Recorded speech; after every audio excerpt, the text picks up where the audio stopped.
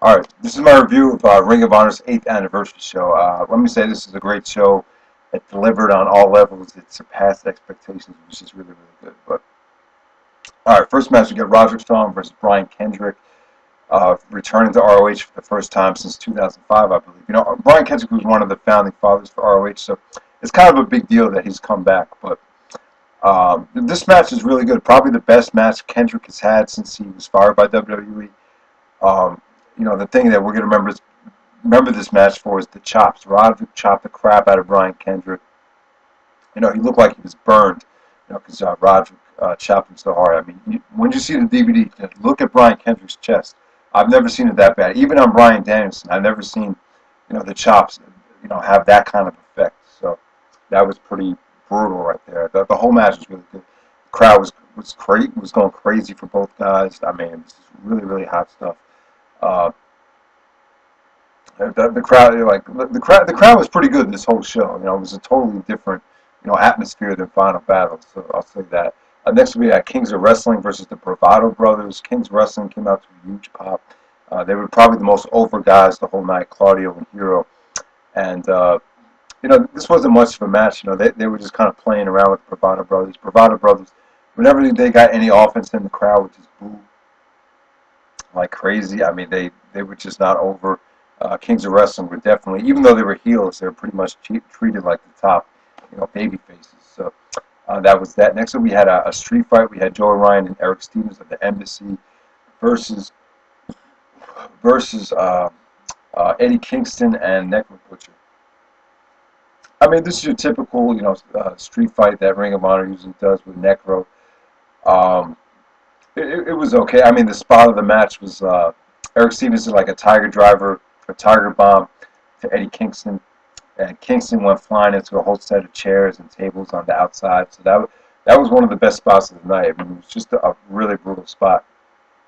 And then the ending featured Joe Ryan making Necro Butcher tap out after he suffocated him with a plastic bag. So that's pretty much what it was. It was okay. Next up, we had Davey versus El Generico. Excellent match. You know, these two guys, you know, they both had amazing years in 2009. We've seen them have plenty of tag matches, but you know, I believe this is the very first time, at least in ROH, where we've seen them wrestle in a singles match. So this was great. Delivered on all levels. I'm going to say it probably surpassed expectations. I mean, the crowd was super hot for this. When they were chanting, "This is awesome," you know, but you know, it was like deafening. You know, I never heard it that loud in a long time. And then you had the beginning of the match. It was very mat oriented. You know, they were really feeling each other out, and you know, they played off the fact that they didn't know each other. I mean, these guys have been wrestling in so many tag matches, so you know, you know, they counted off of the usual spots that they do. So that made a lot of sense. And you know, El Generico pulled out some sick stuff. He did the you know, the coast to coast flip. That was pretty crazy. David Richards did a shooting star press, missed it, and then just some great, you know, great intensity, great fighting spirit from both guys. And then, like I said, excellent match. Probably 4 1/4 stars. I mean, that's probably what I'd give it. Really, really good stuff. Next up, we had Briscoes versus the Dark City Fight Club. This is like a slugfest. You know, two tag teams. You know, this features some really good brawling. Actually, I say the brawling was really good. This is probably one of the weakest Briscoes title defenses I've ever seen, though. I'll say that. It just, the ending was pretty flat.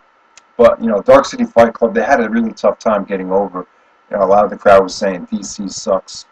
So you know, I kind of felt bad for them. I think they are kind of a breath of fresh air. You know, they're kind of different from what we see on the you know, the ROH and PWG and Dragon Gate scene right now. And they have more of a WWE style, so I think they are pretty valuable to ROH though.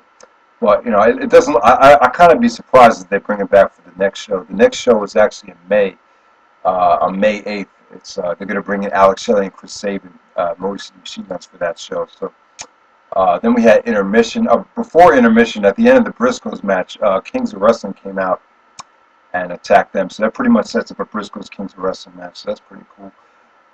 First half was pretty good. I enjoyed it.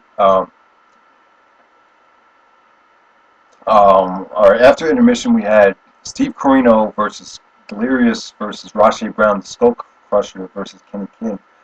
This was just kind of thrown together. I mean, I just cannot get into it. Probably the weakest match of the night. There were some pretty fun spots. Delirious actually won the match with Shadows Over Hell. Steve Corino was pretty much running from Delirious the whole match, so that's pretty much what it was. Nothing really to talk about. Next up, we actually had what was next? Oh, we had Colt Cabana versus Kevin Steen. They got on the mic before the match. This is a really good feud. The Video Wire promo between Kevin Steen and Colt Cabana was really heated. Probably this is going to be one of the best feuds ROH has done in a long time. So, and Colt Cabana really needs this right now. It needs, the last great feud that Cabana had was probably the Homicide feud, and that really took Cabana to that next level. And I think this could do the same again. And Steve Corino got involved. We kind of learned that Steve Corino was the one that's kind of manipulating Kevin Steen. So yeah.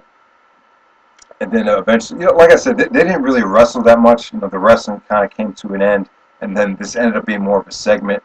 Then El Generico came out. We got a heated confrontation between Kevin Steen and El Generico. The stare down between Kevin Steen and El Generico got a lot of, they got a huge pop. The crowd was going crazy when they were looking at each other. That's going to be a big money match for ROH.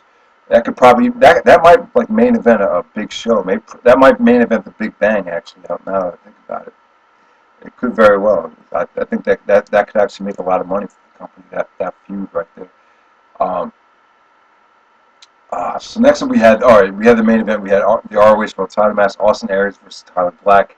This played off of the Final Battle match beautifully. The Final Battle match, I think people will see the Final Battle match in a different light once they see this, because if it wasn't for what we got at Final Battle, this match would not have been that memorable.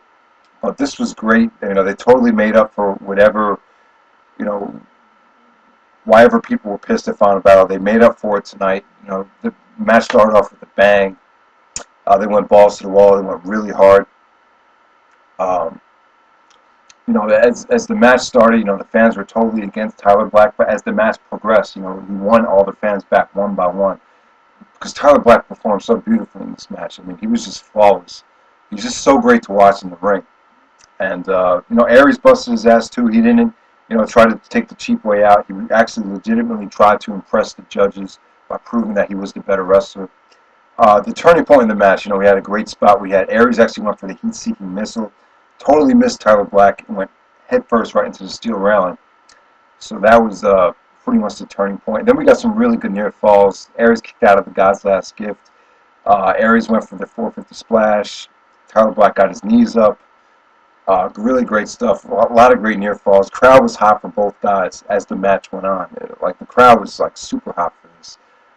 This was even better than their match in Final Battle 2008. It was that good. Next up we had all right. So this is how it played out with the judges. You had Kenny King, Roger Strong, and Jim Cornette. And then this is where I guess Tyler Black was going for like a Phoenix Splash.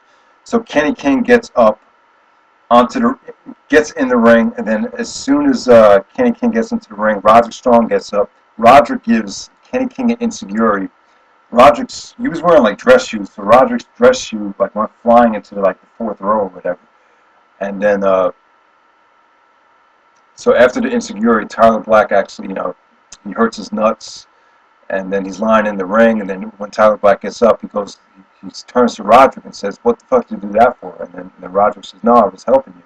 So Tyler Black actually super kicks Roderick Strong right in the face. Then Jim Cornette gets up and says, "Why?" He's like, "Why'd you do that for?" And then surprisingly, Tyler Black super kicks Jim Cornette right in the face. Fans were going crazy when that happened. It was like Tyler Black was like a god. I mean, I've never seen this happen before. Like someone that was so hated. Like pretty much most of the fans hated him at the beginning of the match. By the end of the match, he had everyone on his side. So then all of a sudden, Aries is still down, and Tyler Black super kicks Aries 3 times in a row, then goes for the 450 splash. So Tyler Black wins the belt with the 450 splash. Crowd was going crazy. I mean, it was just beautifully done, beautifully booked. I talked the next big thing about this. We agree that it takes a lot. I think it took a lot. To take someone that everyone was saying Tyler Black was ruined, he was done, But, you know, by the end of this match, you know, he had everyone on his side. Everyone was into the title win. This is one of the best title wins I've seen in ROH. You know, it's right up there with the Aries win over Samoa Joe, and it's right up there with the Homicide victory. I mean, it was very, very well done. You know, tremendous booking, tremendous match. I'm going to give this match 5 stars. I thought it was that good. I know probably people were saying, "Are you fucking kidding me?" But please, when you see this match, you will see that, you know, they totally redeemed themselves from Final Battle, and, you know, even the Final Battle 2009 match, when you see it, that will be viewed in more of a positive light, because, like I said, it definitely sets up this match beautifully. All right, I'm running out of time, but like I said, this is an excellent show. You know, you had 3 matches that delivered in a really big way. So definitely check this out. All right.